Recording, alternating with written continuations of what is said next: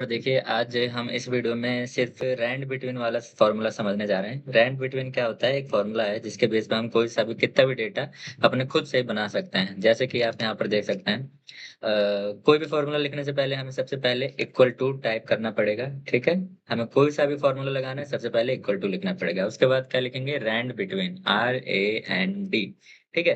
अभी हम RAND देखो 3 फ़ॉर्मूले आ गए यहाँ पे रैंड और रैंड एरे और रैंड बिटवीन। अभी हमें रैंड बिटवीन समझना है, बाकी ये जो 2 हैं, इनको हम अगली वीडियो में समझेंगे, ठीक है? बाद की वीडियो में समझेंगे। अभी रैंड बिटवीन समझिए।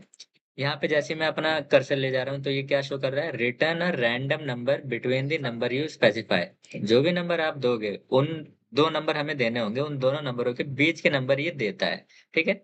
अब अगर मैं टैब दबा दूँगा, तो ये इसे सिलेक्ट कर लेगा। टैब दबाया, सिलेक्ट कर लिया। अब देखो ये क्या माँग रहा है? ये इसका सिंटैक्स है। ओह! ठीक है? ये इसका सिंटैक्स है। अब यानी कि इसकी रिक्वायरमेंट क्या है? इसको क्या-क्या चाहिए? इसको चाहिए बॉटम, ये बॉटम मतलब है कि बॉटम नंबर और टॉप नंबर, यानी कि सबसे छोटा नंबर और सबसे बड़ा नंबर क्या होना चाहिए जिसके बीच की वैल्यू आपको चाहिए।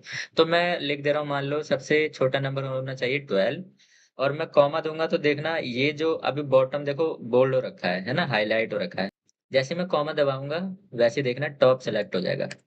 ठीक है? यानी कि कॉमा से ही अगले आर्गुमेंट पे जंप कर सकते हैं और वो हाइलाइट हो जाएगा। और टॉप में मैं दे देता हूँ अपनी मैक्सिमम वैल्यू 150 कि 12 से लेके 150 के बीच में मुझे वैल्यू चाहिए। तो अब मैं एंटर कर दूँगा। अभी क्या लिया है 63 जो कि 12 से 150 के बीच में है। ठीक है? अब इसी तरीके से मैं और भी बाकी सेल्स में भी सेम फ़ॉर्मूला अप्लाई करना चाहता हूँ, तो मैं राइट की तरफ अप्लाई करना चाहता हूँ। मैंने किया क्या शिफ्ट दबा के रखा और राइट वाला जो एरो होता है उसे एक-एक करके दबा रहा हूँ, देखो। ठीक है? तो ऐसे सेलेक्ट कर लेगा और उसके बाद हम कंट्रोल R दबा देंगे तो ये राइट की तरफ ड्रैग हो जाएगा। कंट्रोल R से क्या होता है राइट की तरफ ड्रैग होता है, R फॉर राइट। और अगर मुझे नीचे की तरफ भी ड्रैग करना है, सेम फ़ॉर्मूला नीचे भी अप्लाई करना है, मान लो इतने एरिया में, तो मैं कंट्रोल D दबा दूँगा, D फॉर डाउन। अगर नीचे की तरफ करना है तो कंट्रोल D और राइट की तरफ ड्रैग करना है तो कंट्रोल R। ठीक है? तो ये रैंडम हमने एक रैंड बिटवीन की हेल्प से कुछ रैंडम नंबर लेकर आ गए हैं, जो कि सिर्फ़ 12 से लेके 150 के बीच में ही हैं, उससे ज़्यादा नहीं है। देखो 150 भी इसमें काउंट हो जाएगा। ठीक है? तो ये कुछ हम मैनुअली अगर डेटा बनाना चाहते हैं, तो ऐसे बना सकते हैं इसकी हेल्प से। कभी-कभी बहुत ये रैंड बिटवीन काम आ जाता है।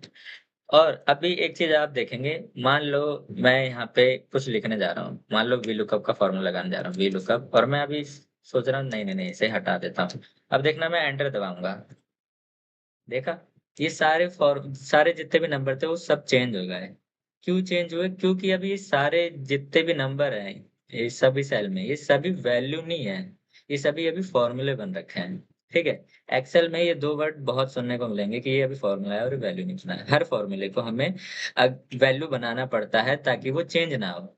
जैसे ही मैं इसे रिफ्रेश करूँगा, रिफ्रेश के लिए मैं F4 दबाऊँगा, तो देखो ये चेंज हो जाएगा। F4 दबाऊँगा तो ये चेंज हो जाएगा। ठीक है?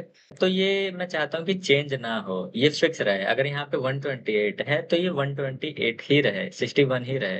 तो उसके लिए मुझे क्या करना पड़ेगा, इस पूरे डेटा को सिलेक्ट करना पड़ेगा, यानी पूरे जितने भी डेटा को हमें वैल्यू में कन्वर्ट करना है, फ़ॉर्मूले से वैल्यू में कन्वर्ट करना है। अच्छा एक चीज़ और बता दूँ, यहाँ पे मुझे कैसे पता चला ये फ़ॉर्मूला है? क्योंकि यहाँ पे जिस भी सेल पे आप कर्सर ले जाएँगे, उसका ये फ़ॉर्मूला बार है, ठीक है? यहाँ पे आपको दिखा देगा कि वो उसमें कौन-सा फ़ॉर्मूला लगा हुआ है। अगर फ़ॉर्मूला लगा है तो फ़ॉर्मूला दिखाएगा, नहीं तो 61 ही दिखाता। अगर वैल्यू होता तो यहाँ पे क्या लिखा रहता 61 लेकिन यहाँ पे क्या लिखा हुआ है रैंड बिटवीन 12 से 150 जो कि फ़ॉर्मूला है। तो इससे मुझे पता चल गया ये फ़ॉर्मूला लगा हुआ है। अब मैं इस पूरे को सिलेक्ट करूँगा और कॉपी करूँगा, कॉपी के लिए कंट्रोल C दबाया मैंने, कॉपी हो गया और पेस्ट करना है। पेस्ट के लिए हमें पता है कंट्रोल V से पेस्ट होता है, लेकिन हमें नॉर्मल पेस्ट नहीं करना है, हमें पेस्ट स्पेशल पे जाना होगा। तो पेस्ट स्पेशल पे जाने के लिए आप यहाँ पर देख सकते हैं ये है पेस्ट। इसके ड्रॉप डाउन पे मैं क्लिक करूँगा, नीचे आ जाएगा पेस्ट वैल्यूज़, ठीक है? या फिर यहाँ पे आप देख सकते हैं पेस्ट स्पेशल, तो इस पे मैं क्लिक करूँगा। अब इसमें आपको सेलेक्ट करना होगा वैल्यूज़। हमें ये जो भी हमने सेलेक्ट किया है, इसको हमें किसमें कन्वर्ट करना है? वैल्यूज़ में। तो हम वैल्यूज़ को सेलेक्ट करके कर देंगे ओके। अब ये पूरा डेटा जो है, क्या बन गया है? वैल्यू बन गया। अब आप यहाँ पर देख सकते हैं, इसके फ़ॉर्मूला बार में 128 पे 128 लिखा है, पहले रैंड बिटवीन लिखा था, है ना? तो ये हमने अपने पूरे फ़ॉर्मूला को वैल्यू में कन्वर्ट कर दिया है, ठीक है? तो इस तरीके से रैंड बिटवीन काम करता है।